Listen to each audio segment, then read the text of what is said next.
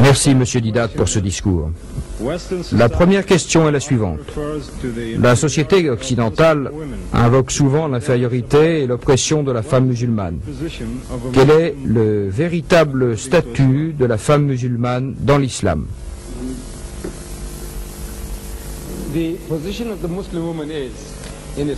Dans l'islam, l'homme a ses droits et la femme a ses droits.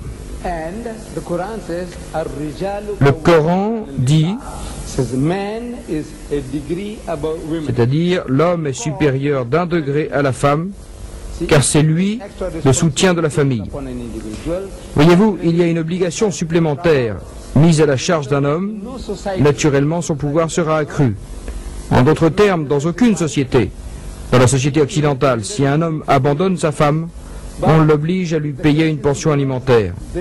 Mais dans le cas inverse, on n'oblige pas la femme à payer une pension alimentaire à la famille.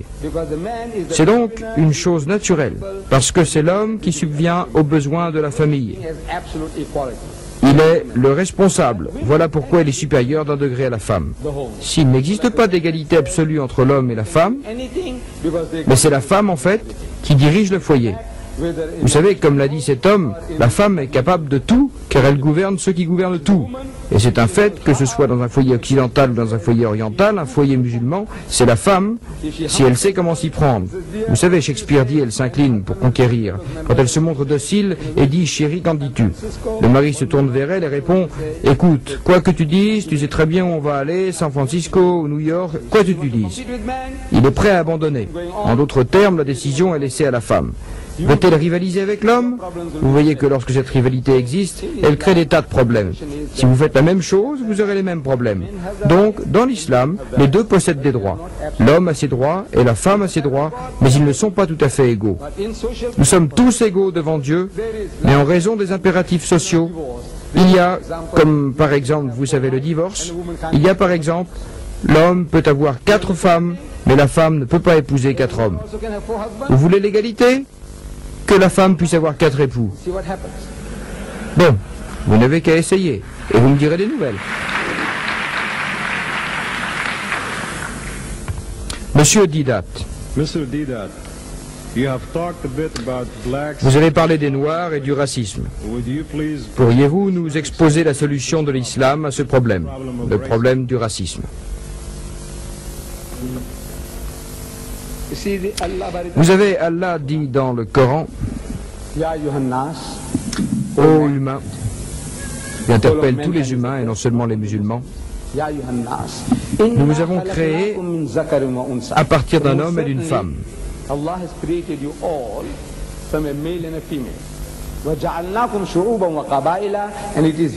Et nous vous avons répartis en peuples et tribus pour que vous fassiez connaissance les uns des autres, non pour que vous vous discriminiez et vous vous exploitiez les uns les autres.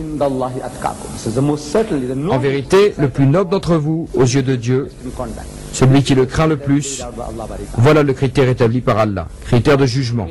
Non pas la race, la langue, la couleur ou la richesse, mais le comportement. Et non seulement en théorie, l'islam a des procédés pratiques pour faire appliquer ce précepte. Tout le monde parle de la paternité de Dieu et de la fraternité des hommes. Le chrétien vous dit ça, le juif vous dit ça, le musulman vous dit ça, qu'il y a un Seigneur unique et que nous sommes tous ses créatures. Oui, paternité de Dieu et fraternité des hommes. Mais comment faites-vous pour réaliser cette fraternité? Pas de système. L'islam a un système. 5 fois par jour, ça met les hommes en contact, épaule contre épaule, le noir et le blanc, le riche et le pauvre, l'Africain et l'Indien, l'Arabe et le Malaisien.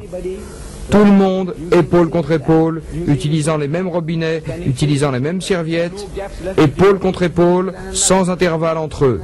Un homme, puis un autre. dans notre façon de prier, à Salat, pour que le démon ne puisse pas s'insinuer entre vous et votre frère.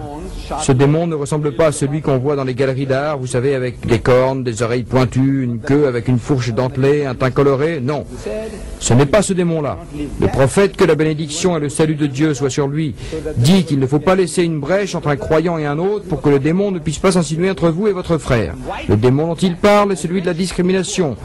Je suis blanc, il est noir. Je suis riche, il est pauvre. Il ne faut pas permettre à ce démon de s'insinuer entre vous et lui, car s'il le fait, et vous dites « je vais me mettre à distance parce qu'il est noir et je suis indien, je suis arabe et nigérien », non, pas comme ça. Épaule contre épaule, pas d'intervalle. En d'autres termes, un système pratique. Puis, si vous le pouvez, une fois dans votre vie, accomplissez le pèlerinage, sur une plus grande échelle, dans votre milieu social, vendredi. La mosquée, la grande mosquée, la mosquée de vendredi. Les jours de fête, allez partout, et appelez les gens à la prière dans un seul endroit. Et sur une échelle universelle, accomplissez le pèlerinage. Quand vous y allez, vous aurez la plus grande surprise de votre vie. Vous dites quoi? Un homme de Tamil Nadu, il est musulman. Dans mon pays, tous les Tamouls sont hindous. Quoi? Il est tamoul et il est musulman. Et cet homme-là, un noir, comme du charbon, d'Éthiopie, un musulman, mon frère. Et cet autre-là, aux cheveux blonds et aux yeux bleus, on dirait un Allemand ou un Norvégien. Un musulman de Turquie. Non, ça élimine le racisme. C'est un système. C'est pas seulement des paroles, mais un système qui fonctionne continuellement. 5 fois par jour, lorsque vous faites la prière, et en terminant la prière, vous dites en arabe, et j'ai vu ici, j'ai vu un homme d'Éthiopie.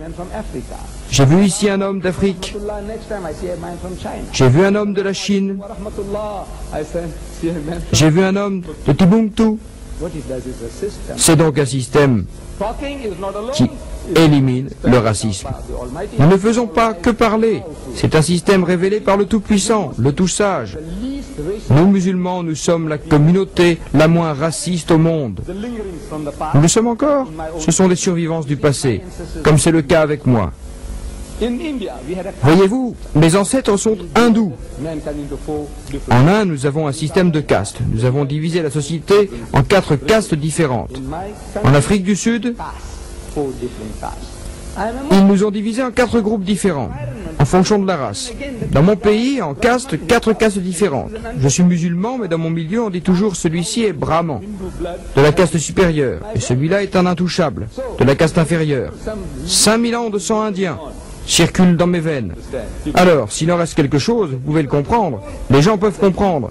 Mais en tant que peuple, dans l'ensemble, nous sommes les moins racistes de toutes les autres communautés au monde. Grâce à qui? À l'islam. Donc, l'islam ne se contente pas de parler du problème, mais il vous montre comment le résoudre.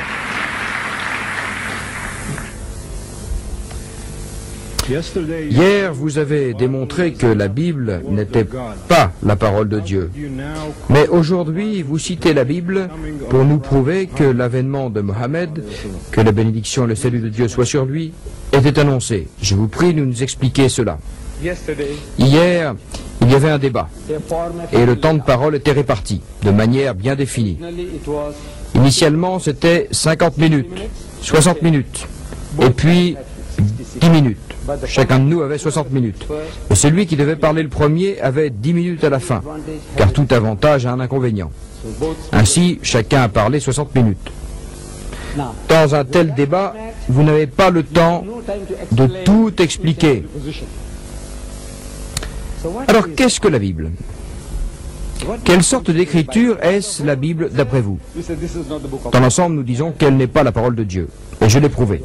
Selon toute raison, selon le livre lui-même, la preuve intrinsèque que Moïse n'a pas écrit les livres qui lui sont attribués, Matthieu, Marc, Luc et Jean n'ont pas écrit les livres qui leur sont attribués, non seulement ce n'est pas le livre de Dieu, mais ce n'est même pas le livre de Matthieu, Marc, Luc ou Jean. Vous parlez de 24 000 manuscrits, je lance un défi et je dis qu'il n'y en a pas 2 qui soient identiques. Ainsi, vous avez 24 000 évangiles différents. Lequel? Vous avez pris celui qui vous convenait. Vous l'avez adopté.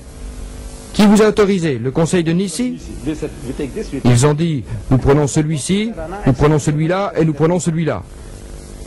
Tous les évangiles qui sont actuellement admis ne l'ont pas été en une seule fois. Vous avez choisi et pris ce qui vous convenait. C'est ce que vous avez fait. Et maintenant vous dites que c'est la parole de Dieu. Mais maintenant la parole de Dieu est là, dans le livre. La parole de Dieu est dans le livre. La parole du prophète est dans le livre. La parole de l'historien est dans le livre. Et la pornographie est dans le livre. Maintenant, je dois vous expliquer tout cela. J'ai dit, voyez-vous, je vous donne des exemples concernant la parole de Dieu. Comme dans le livre du Deutéronome, voyez-vous, les versets que j'ai